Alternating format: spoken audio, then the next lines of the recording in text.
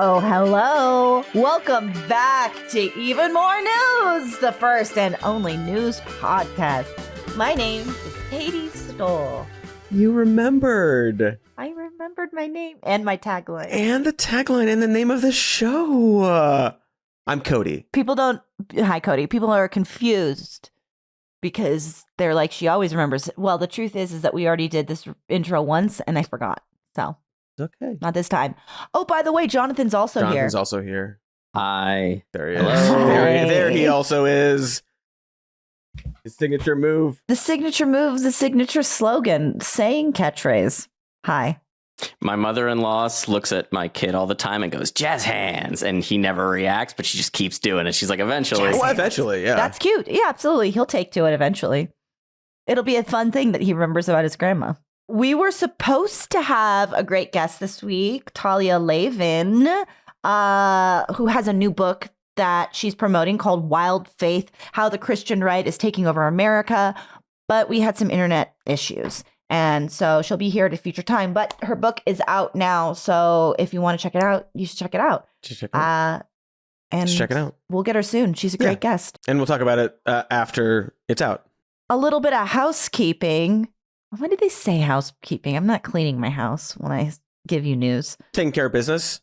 Tidying up loose ends. A little business to take care of and tidy up the ends of is that we are going to do something a little bit different, very much different than what we've ever done. Extremely different. On election night, we will be doing a live stream. We're going to play Minecraft all night. Everyone's gasping. Not true. Not what's going to happen. Oh, what? Okay. All right. Maybe we'll We've been having different conversations about this live stream then. This whole time. Wow. We are not on the same page. We're going to live stream TBD what we're going to do, but it is going to be on election night. Baldur's And Gate. we'll get some guests. No Sure. video games? Are we not playing video games at all in this live stream? We're just going to talk about the election? Okay. That was the plan. I mean, we could also do a live stream. Depending on how well this live stream goes, we can start live streaming you trying being the operative word to teach me how to play these video games you speak of. I would love to have a new hobby. I've just never taken to video games, and I always feel left out when the boys are talking about the games that they play. You don't have to force it, though. It's fine. Put this in your calendar now. Election night. Hang out with your pals for a few hours. We're going to start at 5 p.m. Pacific Standard Time. Mm-hmm. Yeah, will it still be daylight time, or it doesn't matter? Who cares? I have no idea. When do we fall back? I don't know. Whatever. 5 p.m. And I never will know. My time zone. I just think it should be 1 and stay, and it should be spring. It should always forward be and 1 stay. o'clock. Always 1 o'clock. It's 1 o'clock. We only need one time. Why are there so many different times? It's too many. I know. It's annoying, really. But for real, we will be live streaming. We'll be we're not going to play video games all night. We're going to be talking and answering questions and we've going talked over about creating things. We're watching Kornacki. Exactly. We're trying to get Kornacki to swing by the Summer News office. We'll see if that happens. At least Warmbo will be there. Probably not Warmbo hit. Probably being not Kornacki. Talks of a bingo. We have some details to suss out, but for now, understand this. It's happening. Okay, we've got holidays. Oh, I'm so sorry, boys, for this first one. Wow. Shots fired. Friday, October 18th is National No Beard Day. A holiday that not only celebrates existing beardless people, but encourages people with beards to shave them off. Cody, please don't do that. I'm not going to do that. You look good without a beard, but it's part of the whole thing that we got going on. Yeah, and Jonathan, you look great with your beard. I don't know if I've ever seen you without a beard. I haven't. I can show you a picture, but no, I don't want to see that. No.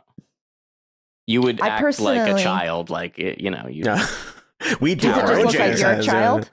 Yeah. I feel like I could just look at your kid and understand what you look like without a beard.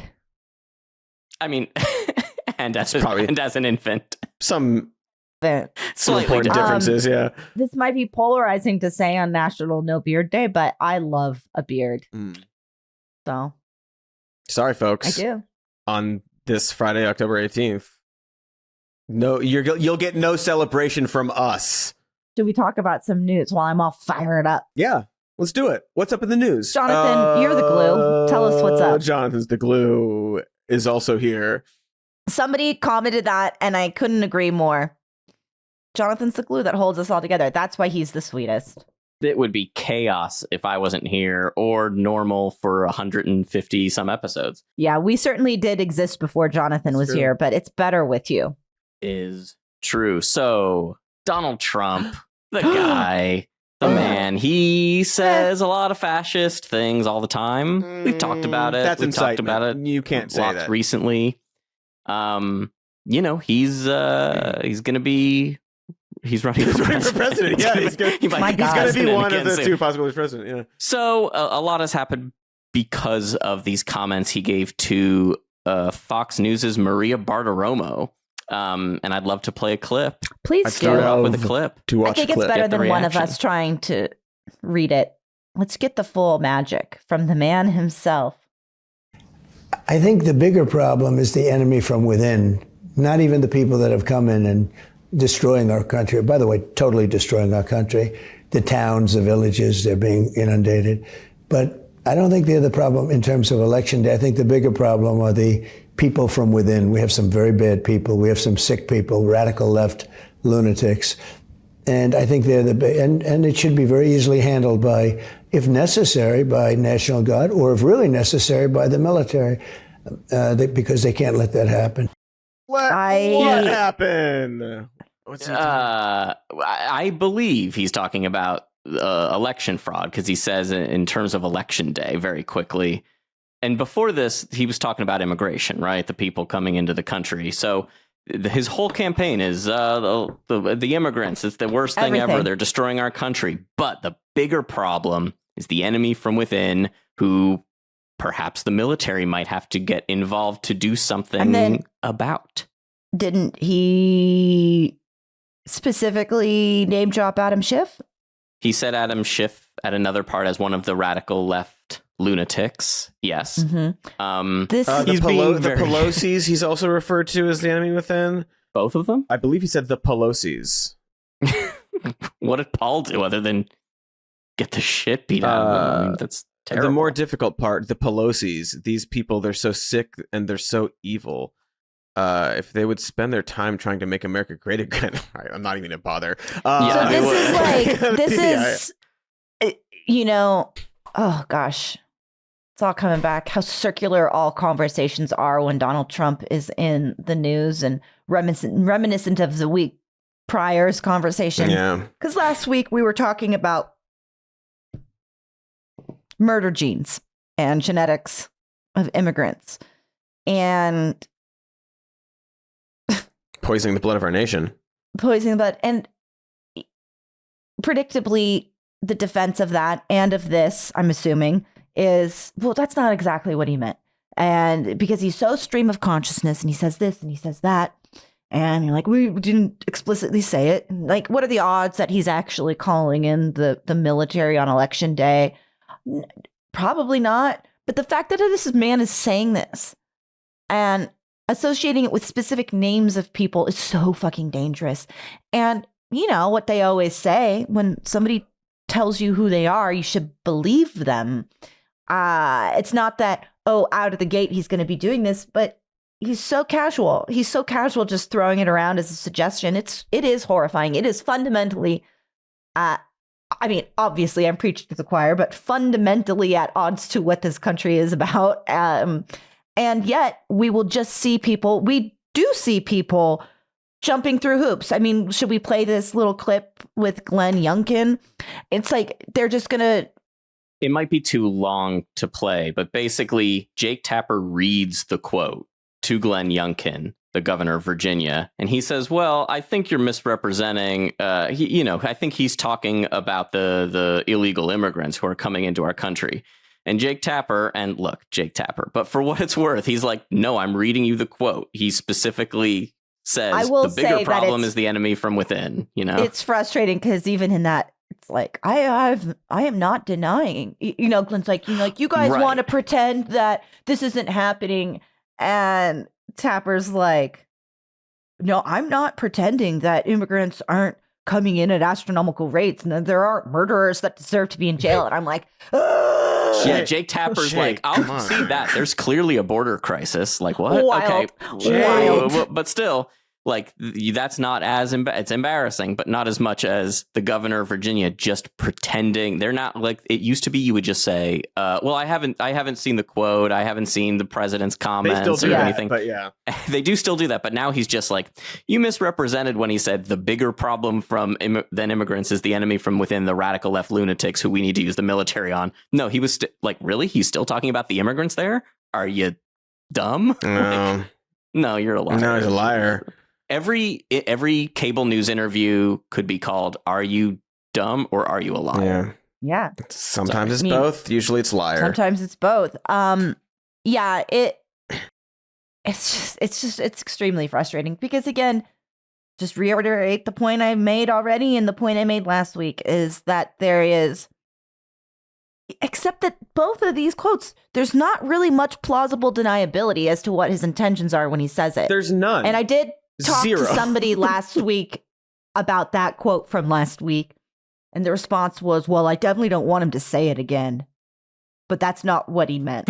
I don't want him to say the thing he says all the time again. Can't with this stuff, Katie. What? Like, at what point do you think, like, well, I don't want him to say it, but I like that he thinks it. And well, it was my bad for like, paraphrasing the quote. My bad for paraphrasing the quote, because then it became, you're purposely taking it out of context. I was like, no, I don't have it in front of me. But we both know what we're talking about. We both understand what I just... Okay, great. So let's just be on the same page about what happened. He said it all the time. He said it so many more times. He's alluded to it much of his life. Also, this enemy from within... The enemy within stuff, I think one aspect of it is especially frustrating is that he is doing it on purpose. Like just the phrase the enemy within is a very like explicit, like that's just like a fascist thing. Like that is a tenet of fascism of how you talk and what you want to do. It's this sort of imperialistic view of the world pointed inward, and that's what he wants to do. So you have these outsiders coming in and you have these insiders we got to kick out, and using the phrase the enemy within is so specific that it really does seem like he knows that, like, oh, if I like lay this out here, like it's a signal, because he's not saying like, yeah, there are people in this country who are a danger to us. Like, no, he's saying the enemy within. It's such a specific phrase that I find it hard to believe that he's not saying it on purpose. Title for a thriller movie. It's a great title for a thriller movie. I saw an ad on a bus for something, and it's like, Into the Fire, the new novel in the Orphan Zero series. And I'm like, man, that's the life. I want to write Into the Fire, the new bestseller in the Orphan Zero series, right? Just like a hard-boiled spy caper. Or just like, like any crappy like airport sci-fi, just like The Riddle of the Argonium Cube. Like, I just want to do that shit. Yeah. Like, God, I'm sorry. I apologize. It's Greg Hurwitz's Orphan X book series. I should just start reading those. I love that shit. Might as well, yeah. I do too. Why do I keep trying to read literature? It's literature, but I just need something that grabs me and takes me out of my body, and that I want to curl up and read all day. Just give me something easy to read. You do? Like I do To the Lighthouse, and then the book that James Patterson wrote with Bill Clinton or something. Some trash. Yeah. I haven't read that, but kind of want to. Wait, do you bounce in between as you're going, like, enough of this, I'm going to go to the fun book? Or do you I have to finish a thing first. Well, I've been in the 5th Game of Thrones book in my entire son's lifetime. I don't really have time to read, so it's been I have to like go on the wiki to figure out what you've been reading so far. Yeah. You can't dip in and out. You lose track. Yeah, all right, but speaking of dipping in and out, let's dip back into the news. Okay. Dip back in. What else we got here this week? Well, this is bouncing around a little bit, but Kamala Harris was asked or brought up this quote, this enemy from within bit, during her Fox News interview with Brett Baer. And then Brett Baer was like ready for it because he's a hack. Yeah, and he's like, well, we asked him about this And here's what he said. And it's like a different clip from when Trump was at the Fox News Georgia town hall with women from Georgia. And he says, no, I didn't mean it as a threat. I was saying this. I was saying that. And then Kamala Harris, to her credit, is like, that's not the clip I'm talking about. And you know it's not. Like, he said he wants to turn the military on the American people. Yes, he did. We saw him say that. We just saw him say that. So, Brett, I'm sorry, and with all due respect, that clip was not what he has been saying about the enemy within that he has repeated when he's speaking about the American people. That's not what you just showed. well, he was asked about that specific... No, that's not what you just showed. In all fairness and respect to you, that was the question that we asked him. You didn't show that, and here's the bottom line. He has repeated it many times, and you and I both know that. And you and I both know that he has talked about turning the American military on the American people. I don't know if that kind of thing breaks through, but I did think it was effective. I think it did kind of break through. At least, I mean, you know, the world we live in, two different people see two different things all the time now, no matter what. If it's an interview with Trump, there's two different reactions. A Kamala moment is like, oh, wow, she did a great job. It's going to be like, oh, look, she's drunk or whatever. But I've seen that a lot. And it is, I think, a testament to just like the craven like Brett and Fox, and just like, come on, like, what do you like? This is so transparent and embarrassing for you. But also to her, like you're saying, to her credit, she was like focused and knew that it was a different clip. She knew exactly what clip they were talking about, and was fine being like, that's not what it is. It's the same thing with like the Youngkin Tapper thing.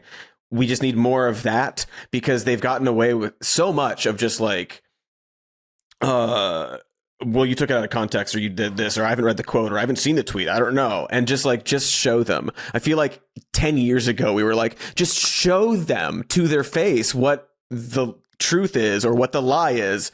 And sometimes it can be effective, and sometimes it's only frustrating, but it's good that happened once, and we'll see how it goes from there. Cody, did you want to talk about this Charlemagne the God thing first before we go into the musical? Yeah, town hall? So we'll take a quick detour before we get into the DJ set that Trump ran with a bunch of versions of Ave Maria or something. I'll go through. I will go through it. I watched the whole Yeah, thing. you did. I think they aired the whole thing on CNN. Like, oh, really? Purposefully being well, like, let's finish up this before we talk about that. We'll get there. There's this random moment from Kamala Harris was on Charlemagne the God, and we'll just play it. Excellent. It's two very different visions for our nation. One mind that is about taking us forward and progress and investing in the American people, investing in their ambitions, dealing with their challenges. And the other, Donald Trump, is about taking us backward. The other is about fascism. Why can't we just say it? Yes, we can say that. Yeah. Okay. She stopped short of actually saying it, but she didn't say it, but whatever, it's fine.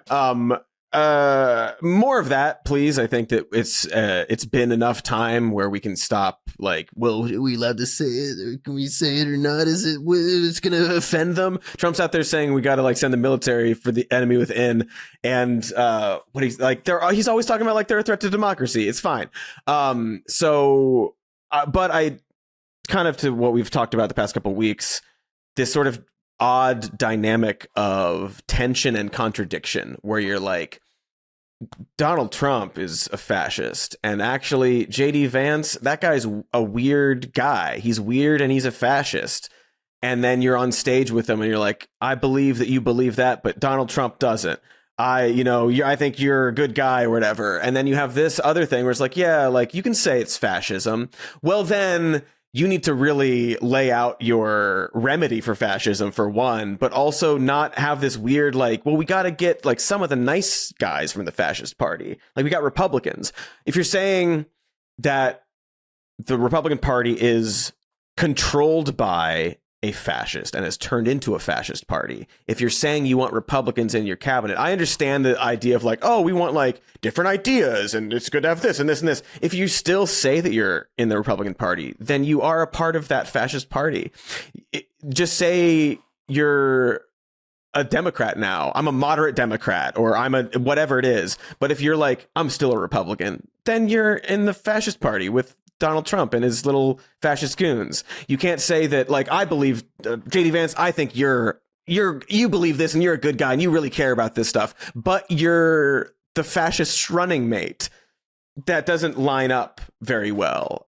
I think they're trying to, because they still think we can get our party back. I do still think there's the Dick Cheneys of the world are like, if we get rid of Trump this time, we get the Republican Party back. And I don't see that happening because I just don't think that's in the cards. Because again, it's not like, obviously Donald Trump is a Republican going after the Republican base, but he's not really, like, he hasn't historically been.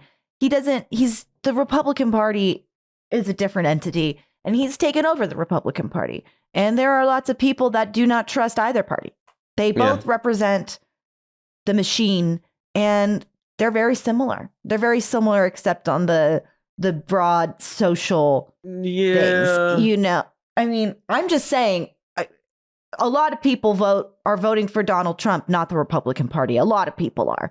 Sure. I don't know how you take the Republican Party back from this, because I don't know who they are without this giant contingency that's been getting him these 50-50 poll results, you know? Yeah. I just feel like we've sort of gotten away from this thing that we all kind of agreed on, that Donald Trump is the Republican Party. He is. He's not like, he didn't like show up and like take it over. He's an extension of the Republican Party. He's not like an aberration. He didn't just like show up and it's like, I'm going to change the party. He's like, no, he's an extension of their ideology. He's an extension of a lot of the things they've done over the past many decades. And he like, yeah, he ramped it up, but he doesn't not belong there. Like, he fits in well, aside from the conspiracy stuff. But no, I'm not disagreeing with you, but maybe it's a redefining of it. I'm saying that a lot of the people, I've said this before, a lot of the people would vote for Donald Trump, but not a Republican. Any other Republican. I think that's bad too. And like, yeah. I know, but that's what I'm trying to get at, is that I don't know who the Republican Party is at this moment without that contingency of people. And the reason Democrats, they are appeal to him. I mean, there's some people, broken record. A lot of people vote for him because they still believe that he's outside of the system to some amount. It does I just will keep reiterating that we do need more people that are not your career politicians, that do not represent the system, speaking to actual issues to people, because that is a big part of the appeal. If we had the left version of it, I do think we'd all be blown away at the amount of support we pick up from all over. That's why we should have. That's why Bernie would have won in 2016. From the beginning of time till the end of time, he would have won in 2016. But it's like all the parties are a fucking mess. I mean, I agree. Like that. Like there is an element of them. Yeah, there is an element that they like. There of just like, I'm tired of the establishment. I just want something on the outside. But like Donald Trump himself is not that. And I know that people like lie to themselves or are like sort of like convinced that he is, but he is just the party of Reagan, but ramped up to a disgusting degree. He wants all those things. He's trying to do all those things, all the deregulation, all the like centralization of like various elements of power, all of the one thing he did was tax cuts for the rich. And obviously the Supreme Court stuff that we're still dealing with. So I think that there's some delusion there for sure, but the idea that Trump is like not just like, I find it frustrating when like there are these like Republicans who are like, well, we can take back the party. This is like, it's still there if we just get rid of Trump and stuff. And there's no reflection of like, why was he able to do that to our party? Like, why was the Republican Party the perfect fit for Donald Trump to come in and like just swat down every single candidate in the primary and become the face of the party? Why is that? Are there things maybe that the party was and has always been and represents that maybe led to him doing that? So the idea of like, well, we want to go back to when it was quieter is what I usually hear when people are like, oh, we just want the grand old party. You want it quieter. it's just louder now. And so that's more where my frustration comes from, of just this sort of like, we want them to come over, but like, well, have you I don't disagree. reflected on that? With they want it quieter. I think people have been truly shocked at the extent of some of these beliefs within their party too. I think that, but you're right. It says, it just wasn't being publicized or talked about in the same way. And there is a moment of reflection necessary. If you really are that grossed out by it, then you need to come to terms with why it exists. But I do also think that I think that people truly just were surprised by it, and the Pandora's box has been opened. Now we talk about things the way that we talk about them, and it's ugly. It's like, it's easy to be like, you're all being duped or whatever. You are. He's the most like selfish, narcissistic person in the world. He doesn't give a fuck about anybody. And every single day he says something that's like, what the fuck? That's awful. And I just, at a certain point, it's like, okay, go for it. I stand by. There's lots of reasons why people do or do not, I'll say do support him. And some of them are the people that you're discussing. And a lot of people have other complicated reasons. It's still hard. I don't know if I've ever said this on the show, but I think I've said it to you guys when I first moved here. Part of it, I had this epiphany of, I wasn't raised religious in any capacity. I consider myself spiritual, very open to the idea of something bigger than me, but probably not the one that's been packaged up and caused all the wars, but there are people that I respect in life here and in general. And then you learn that they are very Christian, that they're very Catholic. And I have to accept the fact that you believe this and I don't. And I still respect you. And it's different because this is so tangible in our day-to-day real lives. But in a way, it's a similar thing of like, I can't get inside your brain to understand how you can connect and believe that this was written as fact instead of something that's a guideline for a good life or what have you, and so I feel like when I'm at my best and regulated, I can lock into that space, I guess. Oh yeah, I mean, when we're talking that's about Donald Trump approach. And Donald Trump's voters. Yeah, I understand that. I have the same general opinion. I'm not like a religious person, but I don't disrespect people who have those beliefs, and I think there's value in faith and all that kind of stuff. I do think it's just a different thing that we're dealing with Donald Trump. It's not religion. I mean, it's a cult, but it's not a religion. And I know that there are going to be people listening who are like, well, it's the same thing and all that kind of stuff. I know, but like, it is not the same thing. It's not like, I was raised to believe in Donald Trump. Like, that's not what's going on here. No. But in terms of this ballot, trying to reconcile, which a lot of people are throughout the country, the fact that how do people support this person, and this is a good person that I know. This is a good human being with good values in general. But when we get into this territory, my mind goes, how is it possible? And that is essentially the way that I kind of compare it for myself. We need to take a break for advertisements. We get to take a break. We get to take a break for kind of a lot of advertisements, I think. Let's see those. Oh, hello. Support for this episode comes from OneSkin. Oh, we love our flesh, don't we, folks? But sometimes we're too hard on our precious flesh. What with the summer sun and that time that you fell into the hay ball, or what was up with that? Also, time in general. It is the fire in which we all burn, after all. But OneSkin addresses skin health at the molecular level, targeting the root causes of aging so skin behaves, feels, and appears younger. While most skincare brands are focused on temporary reduction, OneSkin wants you to know that they are focused on the root causes instead. OneSkin also wants you to know that their products are all powered by the revolutionary OS01 peptide. They have told us that this proprietary peptide is scientifically proven to reduce dysfunctional, also called senescent, hope I pronounced that right, senescent cells, a central source of skin aging. And they do seem to have some data that does support that claim. Look, I'm going to be real with you guys. I just started using this product a week ago, but so far I actually do love it. I love how lightweight it is. It doesn't leave my skin feeling greasy. Boys, you know, while that skincare stuff making you feel greasy, I have sensitive skin and often have reactions to new products, but I have had no irritation. And also, this is the time of year normally when the seasons are changing that I get dried out, and I haven't been. So that's cool. They want me to tell you where I've used it, and I've used it on my face. I've used it on my neck.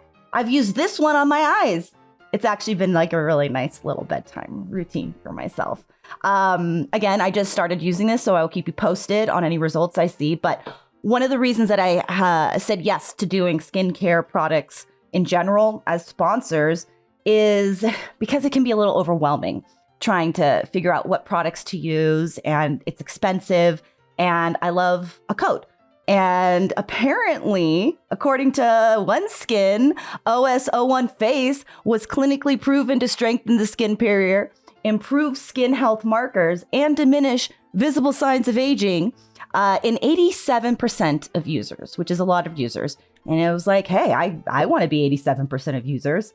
So if this sounds like something you're interested in, or if you're looking for a really nice holiday gift, because like, look, they're really cute bottles, then you can get 15% off with code SMN at oneskin.co. Did I get that right? Yes, oneskin.co. That is 15% off at oneskin.co with code SMN. After you purchase, they're going to ask you where you heard about them. So please support our show. Tell them that we sent you. Because that's how this works, folks. Right? Okay, cool. Once again, that is oneskin.co with code SMN for 15% off your brand new flesh. And we're back, baby. Better than ever. Because we got ads. Jonathan, what's next?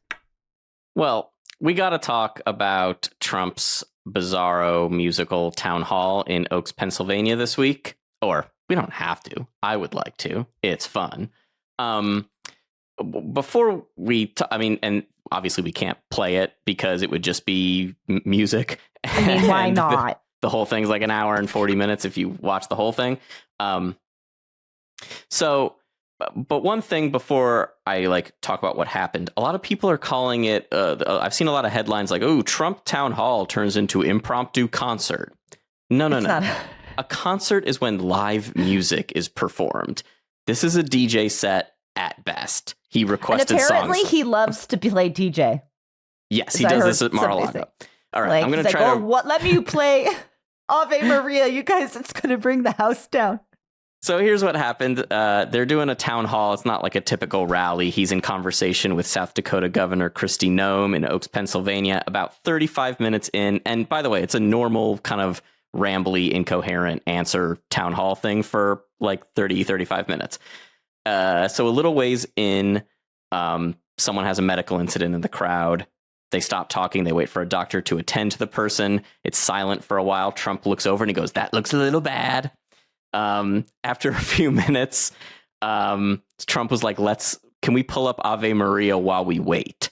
So then the song plays, and while that song is playing, the sick person gets up and is okay, and the crowd applauds, and then they fade the music out, and then the town hall keeps going. There's another question, and during the answer to that question, which is about how are you going to deport millions of people? And he's like, well, very easily, blah, blah, blah. Someone else screams, medic, medic. And I believe Trump looks visibly annoyed at this point. Mm-hmm.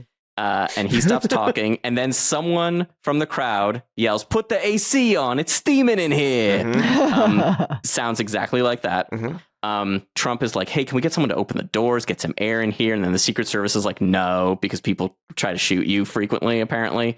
And so then Ave Maria comes on again out of nowhere. And then Trump goes over to the side and is like, "That's the wrong one. I want the one where Pavarotti's singing, not just the instrumental." Mm-hmm. And so then he's like, we were all thinking. Obviously. So then the second patient gets up and is fine, and everyone applauds. And then Kristi Noem's like, "We'll be praying for you." And it's like, "Yeah, I'm sure you will." And then Trump Trump jokes, would anybody else like to faint? And then he goes, you know what? Let's just make this a musical fest. And a lot of people have tried to paint this as some sort of sundowning or mental health incident. And I watched it and I don't believe it is. I literally think he was just like, fuck it. I don't want to do this anymore. It speaks to like him as a person, but not in the same way that people are making it out to be. I'm curious how the audience took it, because I did see people online being like, or one person online saying, I was there. This is ridiculous. He wasn't restarting it because this stuff kept happening, but we all were having a really nice time. It was like a really good experience. It's true. A lot of people were really enjoying it. They played Andrea Bocelli, I'm sure James I Brown. would prefer it to him speaking as well. Yeah. And then they played YMCA, which is supposed to be the last song. Like he always ends with YMCA doing the thing. And then he's like, nobody's leaving. Okay, let's keep going. And then they play Hallelujah, the Rufus Wainwright version, Sinead O'Connor, Elvis Presley, November Rain, like Leonard Guns N' Cohen's Roses. version? No, Jeff Buckley's version is better. Jeff Buckley, that's what I meant. Jeff Buckley did the first, right? I mean, Leonard Cohen wrote the song and did the Leonard first. Cohen. Oh, fuck me. Jeff Buckley did like I get just this confused. I got cover. tricked once, but Jeff Buckley. He just has a beautiful, incredible cover of it. It's wonderful. It's the defining cover to me. Definitive. But Leonard Yes. Cohen run. Okay, great, cool. On the sundowning thing, I didn't like it when people were doing it for Joe Biden. You don't need to diagnose somebody. You just don't. I don't care if it's somebody you like or hate. You don't need to diagnose them from a distance. You can say he's an old man that acts erratic and you can point out stuff, but I think it's really gross. And so in general, even though it's Donald Trump, I don't think that should be people's knee jerk. Look at him. He's got dementia. He's losing his mind. He's sundowning. Stop. You didn't like it when they did it to us. Yeah. He's just old and weird. He's old and weird. That's good enough. Yeah. And like, maybe, if he develops something and like there will be signs of that, but like him being old and weird and like wanting to like jerk off the ghosts to YMCA or whatever is like, yeah, that's just our guy. Yeah, it's a bizarre thing to do 3 weeks before an election in like the state you got to win, all this stuff. And yes, a few people leave, but like most people are just like hanging out, listening to, it's just like there's music playing and he's just standing there. And interestingly, the Right Side Broadcasting Network, which like streams all of these Trump rallies, cut out the musical stuff. Like they go from YMCA to the very end. So you have to go to C-SPAN to literally just watch this entire thing unfold. And so it's very bizarre and I think quite funny. But I think if I was going to diagnose him, this wouldn't be in the top 10. You wouldn't include this at all. Clips. It would be, and I think something that maybe gets missed in conversations about Donald Trump and all of the wild stuff that he does, and like, how could he do that? How could he say that? Isn't he so weird when he does this? Is that it doesn't matter. Any of it gets traction. That's good for him. I don't know if this is calculated or not, but there's a world where he's like, you know what? This clip will go around and people will be talking. It'll piss off a bunch of people and other people will be like, look at everyone pissed off. Or, maybe it humanizes him to some small percentage of people, but it doesn't really matter. Same thing with the enemy within. Same thing with genes. It doesn't matter. We give him attention and that's advertising and it's keeping him on the zeitgeist. I'm not saying that means that we don't react to it. I'm saying I know that like he doesn't care. It's just attention and he's at the top of people's minds and that's in his benefit. I do think that this particular case is less like this will be a thing or this will be a thing and more just like, fuck it. I want to do this is just him being his weird self. But I think you're right. But I mean, I just think in some amount he knows that he can do whatever he wants. Yes, he's not trying to play by a rubric. But also, Kamala couldn't do this. Right. Well, yeah, nobody can do this but him. But also, these kinds of things that he does, sometimes they do get through. Like the murderous genes in the blood of immigrants and stuff. Like that has changed people's minds on stuff. There was this Univision town hall where people were like, yeah, I didn't like how you handled the pandemic because there's a lot of misinformation out there. A lot of people could have survived, but didn't. I don't like that all these people in your administration are like, Trump's a maniac, we shouldn't elect him again. Or the January 6th thing. Happened during January 6th. And the fact that, you waited so long to take action while your supporters were attacking the Capitol. Coronavirus, I thought the public was misled during coronavirus, and that many more lives could have been saved if we would have been informed better. And also people in your administration who don't support you. I'm curious how people so close to you and your administration no longer want to support you. So why would I want to support you? But he didn't talk about the genetic thing. No, That not there. person But didn't. but like I've seen other people like be affected by that. It does Okay. get through and affect people. And these things that we say are like, that's horrible. That's horrible. How can he do this? How can he say this? Those things do affect people, I think. Maybe not enough, maybe not in a grand way, but like these things that we do focus on, that we do bring up, they are bad. And they do change people's minds because everyone's tired of him. Even if they love him, it's still exhausting. You still have to go out there every day and be like, well, I didn't see the quote. Show me the quote. Oh, I didn't read the quote. Like, you still have to participate in his little play that he's putting on. I do agree that like giving him attention is like really, really helped him in 2016 and does help him generally because he's out there. Oh, Trump. We love talking about Trump. But I do think some of the worst things he's done and said do get through to people and are off-putting for people. And even like, JD Vance's like childless cat lady stuff. Like, yeah, some people are like, whatever. Like, but it does get through to some people. His response at the Univision town hall to the guy who was like, I'm a Republican. I want to give you a chance to win back my vote. I didn't like January 6th and how you handled that. I didn't like how you handled the pandemic. Why does your vice president not support you? And his answer to that broke through at least to that crowd of Latino voters, of people being like, I think tons of people doing live reactions. Like, yes, they are reacting because, and I think, Trump is out, like he's canceled a bunch of interviews with like mainstream outlets, but he's still out there all the time. Every day there's a new thing, the Bloomberg economic, like just constantly. And I think he wants to do that. And I think there's got to be a debate inside his campaign, which is like, look, to a certain extent, people have looked back with rose-colored glasses on his administration. They're like, well, a burger was cheaper then, so great. But like, the more he talks and the more he's in front of people, I think a lot of the voters at that Univision town hall are like, oh, I forgot about this shit. Like, and maybe, let this guy talk and it'll hurt him. Yeah. I mean, they're like you're saying, like there are these quotes from all these events where like you just print it out, read this thing that he said, and like in that town hall, he's like, yeah, actually, Babbitt died. Nobody died.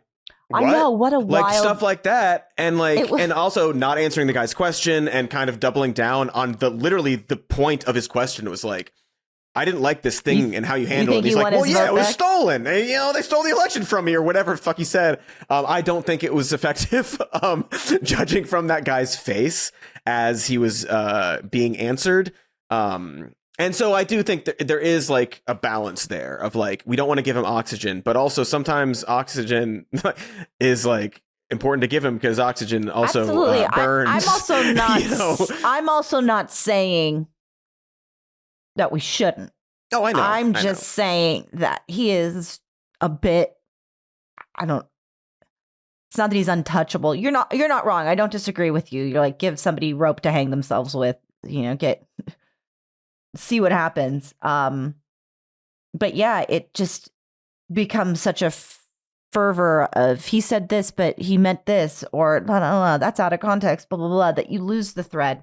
And instead, we're just talking about Donald Trump all the time. Totally. I'd love to not talk about him. Well, every that's week. the thing. You talk about him a lot over the next few weeks, and then maybe we don't have to talk about him again until he dies in prison or whatever. Also, side note, I'm just going to mention this. I'm not going to spend a lot of time on this, but in case it happens, this Sunday, reportedly, allegedly, there's a plan to have Donald Trump go to a McDonald's in Pennsylvania and like work the fryer.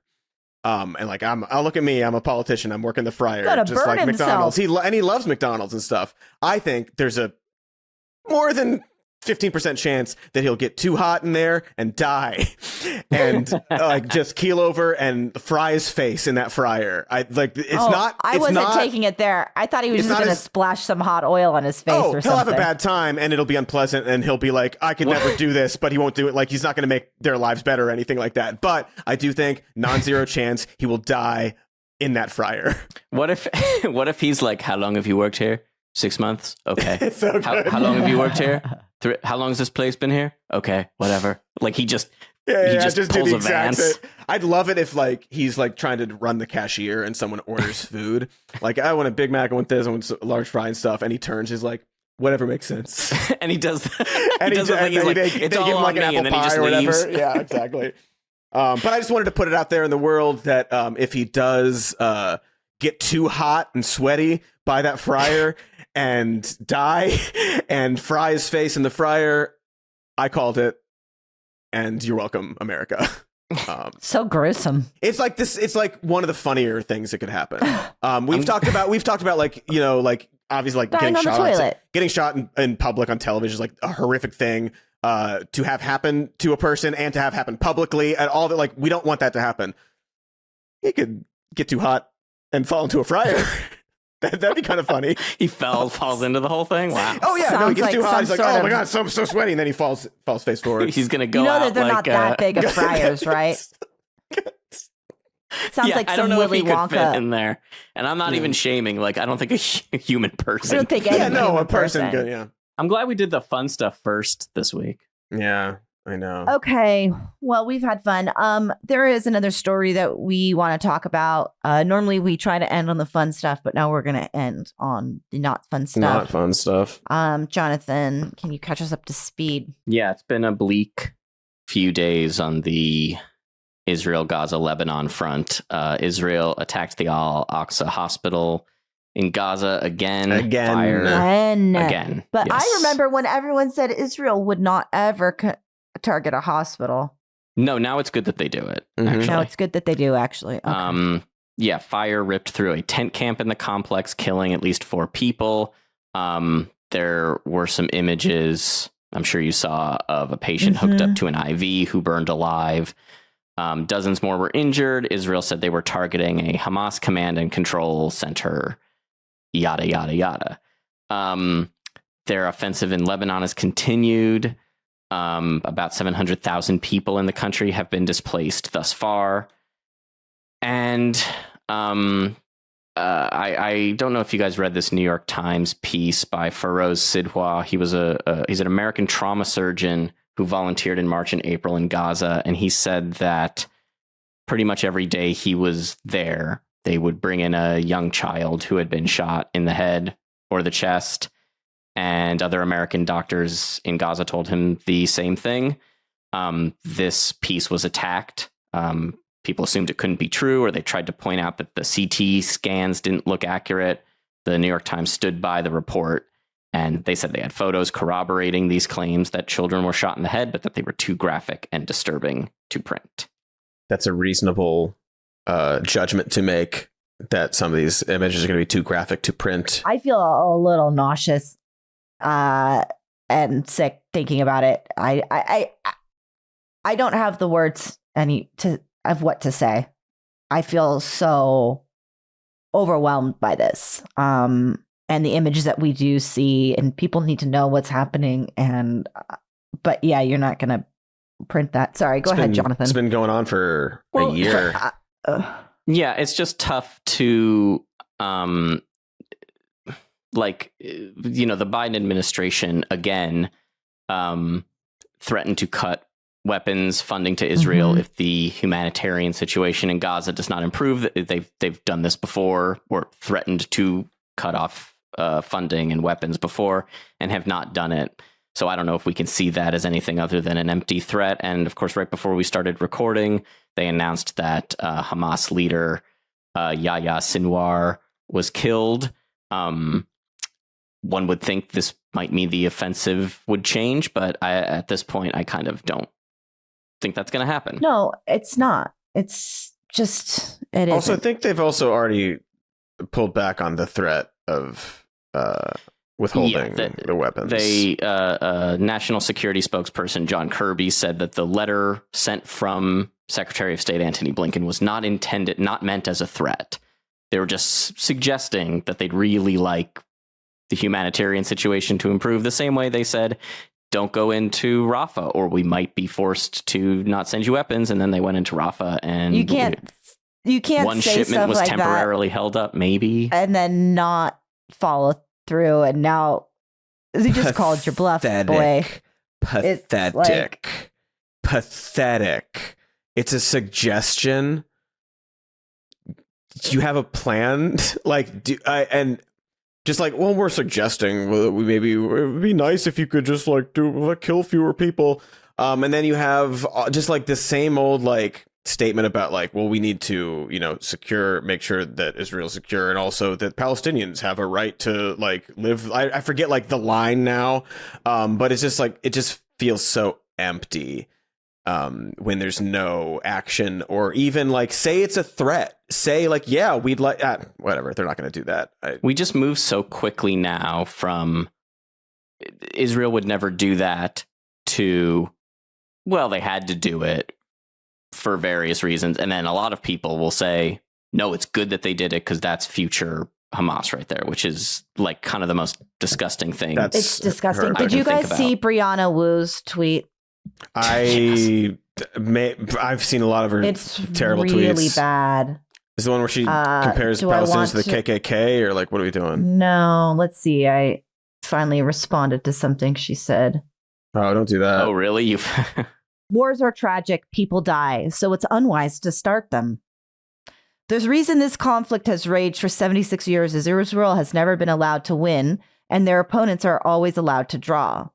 It's hard to see civilians die, churns my stomach too, but the truth is Israel has every right to defend itself and their theocratic Islamist opponents are committing war crimes by operating in civilian areas. The most effective way to end this horror is to stop holding Israel to insane double standards and let them eliminate the terrorist freaks that are destabilizing the Middle East. If America had any sense, we'd support them and understand this is a gift to the world. We do. If America had any sense, yeah, we do. Brianna, you're the majority. Your opinion is that of the administration that is providing all the weapons. Who's she pushing back on? Some random fucking 22-year-old Twitter online user? People. And she's also says, I just need to get through this. I get through this election and then we need to get the radical freaks out of the Democratic Party. We need to get them out. And she does get a lot of threats online because she keeps fucking doubling down on horrific things. This is as bad as any threat, in my opinion, because she's basically advocating to annihilate Palestinians. She supports the genocide. It's it sucks, but we got to do it. Justification. And it's their fault, it's genocidal justification is what it is. It's literally, it's what everyone accused any pro-Palestinian or pro-Gazan person of well, you're justifying these horrific things. That's what you're doing. You just did a whole tweet justifying the last year of all this horrific stuff. I mean, she has bangers every day, ugly stuff. I want her to she follows me and I want to be I'm just not going to pay attention. But every time I see one, I want to be unfollow me. Oh, please you should unfollow me. Soft blocker. How do I do that? So I will maybe not anymore because Elon's changing blocks. If you block somebody who's following you and then you unblock them, they're not blocked, but they're no longer following you. All right. There's this this idea of well, look, 80 million plus people are going to vote for Donald Trump. They're not all Nazis. And I'd say, yes, they're not all Nazis, but they're at least okay with the Nazi stuff. And now I don't even know if I believe that because I would not say that everyone voting for Kamala Harris is okay with genocide, but I do think it would be easy to make that point. So obviously I would disagree with people that are more afraid of the things that the Democrats will do. And that's why we got no choice but to vote for Donald Trump. I think it's Trump voters tend to be a lot more adamant about it, but it is very tough to see this stuff 3 weeks before an election and have to, thinking, like, okay, I got to do the thing that might suggest that I am okay with what is going on in any respect. And there's a lot of Democratic voters who are okay with it. Most, I don't believe, are 70% want a ceasefire still. I don't know if they've done a poll recently. I mean, it's been a year. Why bother? It's just going to go on forever. So why care what the people want to be done? No, it's very bleak, and you try to make sense of it. Definitely not everybody that's going to vote for Kamala supports genocide.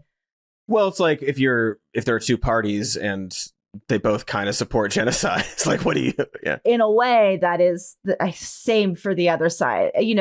For sure. Like we haven't done that whole conversation because it's like, why? We're not going to preach to people about what to do or whatever. But like, that would be the argument, right? Of like, okay, you're so upset about this, you're not going to vote for Kamala Harris because I'm so upset about this thing. And it's like, okay, from a practical standpoint, where are you, regardless of what happens in 3 weeks? Like, I'm just at the point where I think there's nothing you can do with your vote that can impact this at all.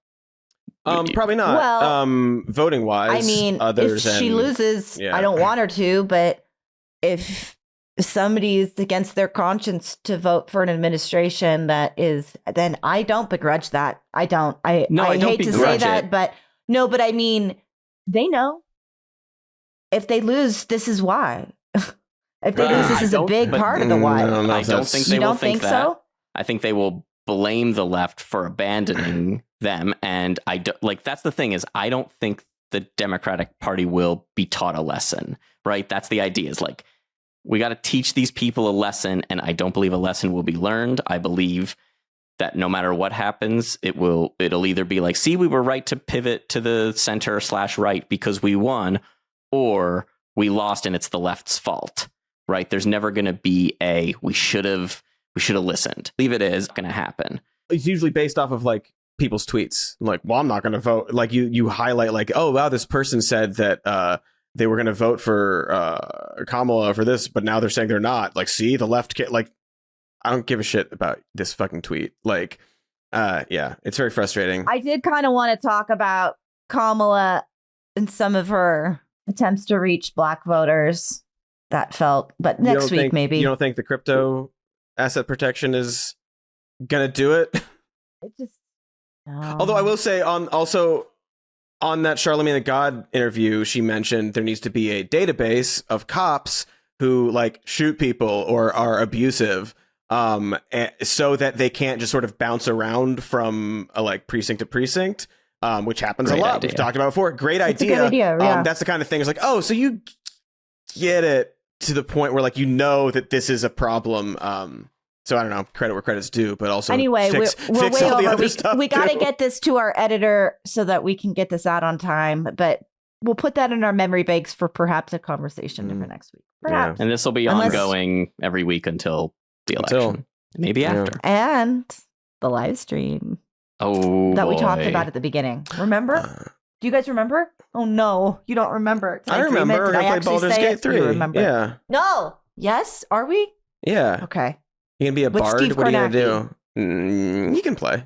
We got Kornacki. I think we gotta have Kornacki. I think we gotta have a map. Love Kornacki. Warm backy. We got both of those.